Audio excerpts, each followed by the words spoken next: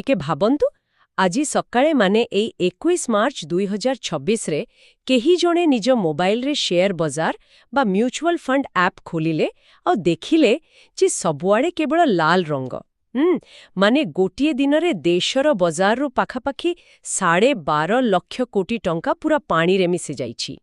हमर एही गभीर विश्लेषण को स्वागत। आज आमे केवल खबर पढ़िबानी माने या पछरे थिवा रहस्य खोजिबा। हाँ एकदम आउ एटा कोनोसी जादू नुहे, यह हेउछि आजिर सबुठु निष्ठुर वास्तवता। केवल कौन घटिला जानिले हेबनी, बरং एसबु काहींकी घटिला सेइटा जानिबा निहाती दरकार। ठीक कहिले।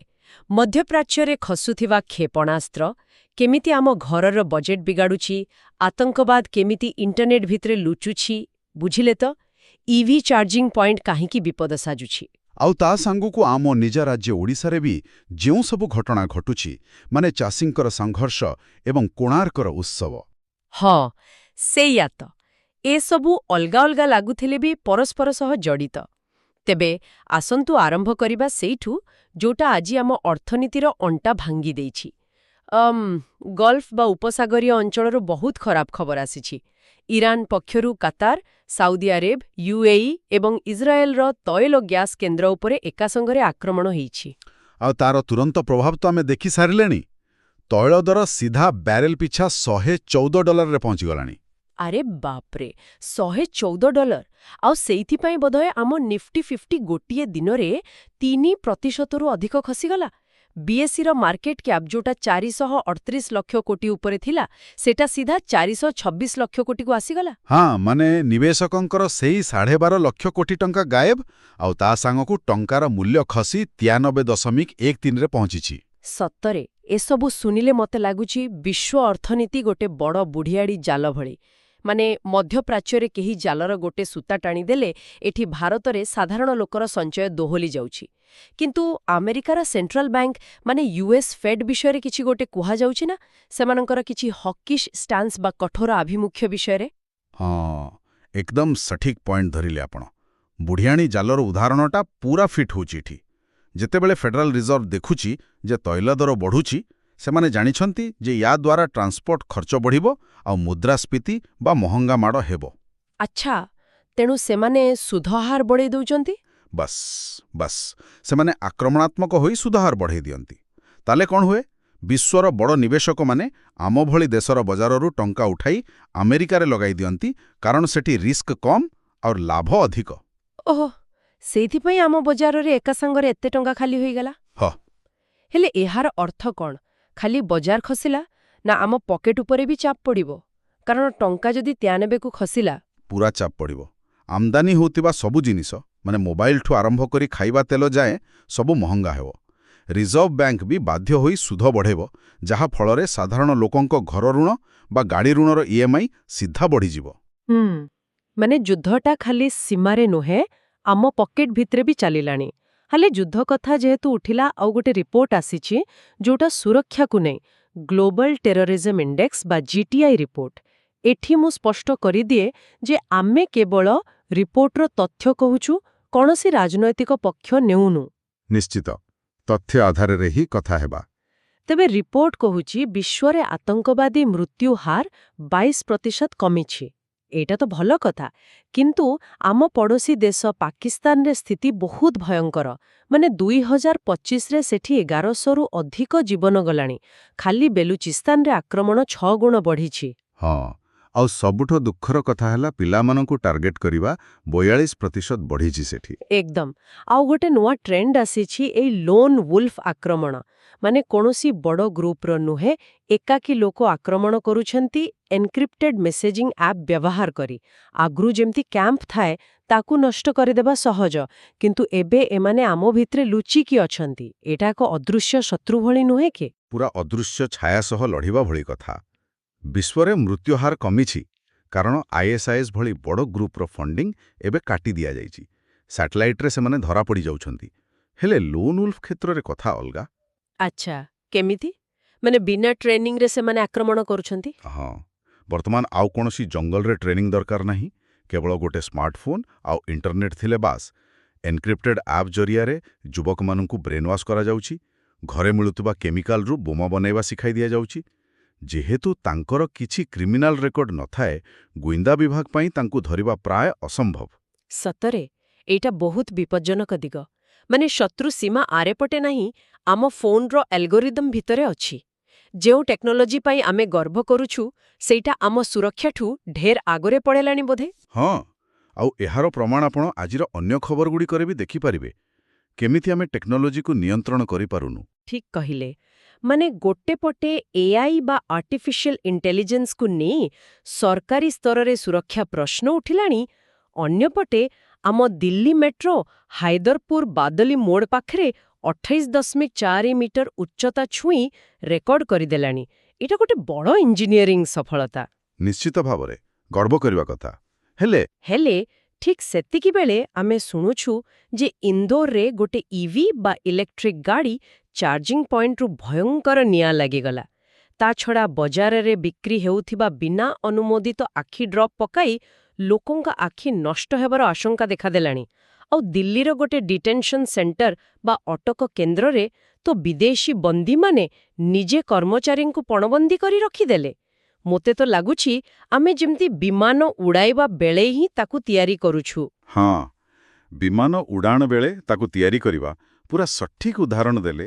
ନୀତିଗତ ଭାଷାରେ ଆମେ ଏହାକୁ ରେଗୁଲେଟରୀ ଲ୍ୟାଗ୍ ବା ନିୟାମକ ବ୍ୟବଧାନ କହୁ। ଟିକେ ସରଳ କରି ବୁଝାଇବେ କି ଏଇ ଲ୍ୟାଗ୍ କ'ଣ? ମାନେ ଟେକ୍ନୋଲୋଜି ଯଦି 100 କିଲୋମିଟର ବେଗରେ ଆଗକୁ ଯାଉଛି, ହଁ। ଆମର ସରକାରୀ ନିୟମ ଯାଞ୍ଚ ବ୍ୟବସ୍ଥା ମାତ୍ର 10 କିଲୋମିଟର ବେଗରେ ଚାଲିଛି। ଇନ୍ଦୋରର ଇଭି ନିଆଁ କଥା ଭାବନ୍ତୁ। ସବୁଜ ଶକ୍ତି ନାଁରେ କମ୍ପାନୀମାନେ ରାତାରାତି ଗାଡ଼ି ବଜାରକୁ ଛାଡ଼ିଦେଲେ। ହଁ, କିନ୍ତୁ ଆମ ଗ୍ରୀଷ୍ମ ଦିନର ଖରା ଆଉ ତାପମାତ୍ରା ସହିବା ପାଇଁ ବ୍ୟାଟେରୀ ପ୍ରସ୍ତୁତ ଥିଲା କି? କୌଣସି କଡ଼ା ଷ୍ଟାଣ୍ଡାର୍ଡ ତ ନଥିଲା। ଏକଦମ ଠିକ୍। ଏବେ ରାସ୍ତା କଡ଼ରେ ନିଆଁ ଲାଗିଲା ପରେ ପ୍ରଶାସନର ନିଦ ଭାଙ୍ଗୁଛି। ସେମିତି ଆଖି ଡ୍ରପ୍ ଘଟଣାରୁ ଜଣାପଡ଼ୁଛି ଯେ ଆମ ମେଡିକାଲ ଯାଞ୍ଚ ବ୍ୟବସ୍ଥାରେ କେତେ ବଡ଼ ଗଳାବାଟ ଅଛି। କୌଣସି କ୍ଲିନିକାଲ ଟ୍ରାଏଲ ବିନା ଜିନିଷ ବଜାରକୁ ଆସିଯାଉଛି। ଆଉ ସେ ଅଟକ କେନ୍ଦ୍ର ଘଟଣାଟା?